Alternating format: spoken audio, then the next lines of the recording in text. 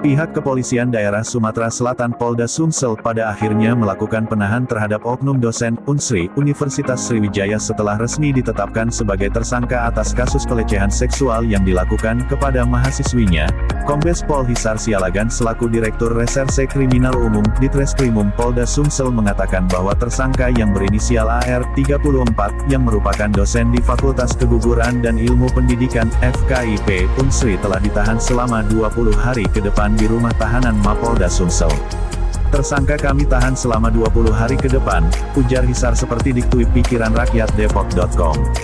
Hisar menuturkan bahwa penahanan tersangka tersebut dilakukan guna mempermudah proses penyelidikan atas kasus dugaan pelecehan seksual yang telah ia lakukan kepada mahasiswanya yang berinisial DR22. Selanjutnya, dikarenakan proses penyidikan yang sedang berlangsung dan tidak menutup kemungkinan selain DR, akan ada mahasiswi lain yang juga dilecehkan oleh tersangka. Jadi jelasnya, tersangka ini kami tahan, surat perintah penahanannya sudah saya tanda tangani. Mulai Senin ini pukul 0 waktu Indonesia Barat hingga 20 hari ke depan, kata Hisar.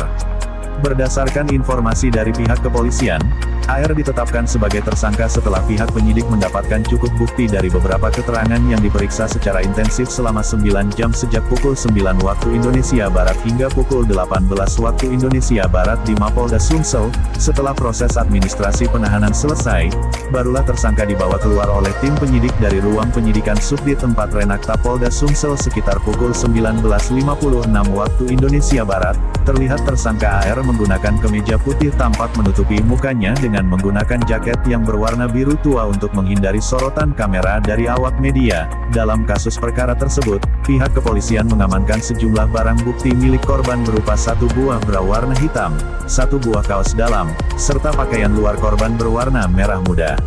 Akibat kasus pelecehan seksual yang ia perbuat, tersangka dijatuhi pasal berlapis yang disangkakan melanggar pasal 289 KUHP tentang pencabulan dan perbuatan yang menyerang kehormatan kesusilaan dengan ancaman pidana selama 7 tahun.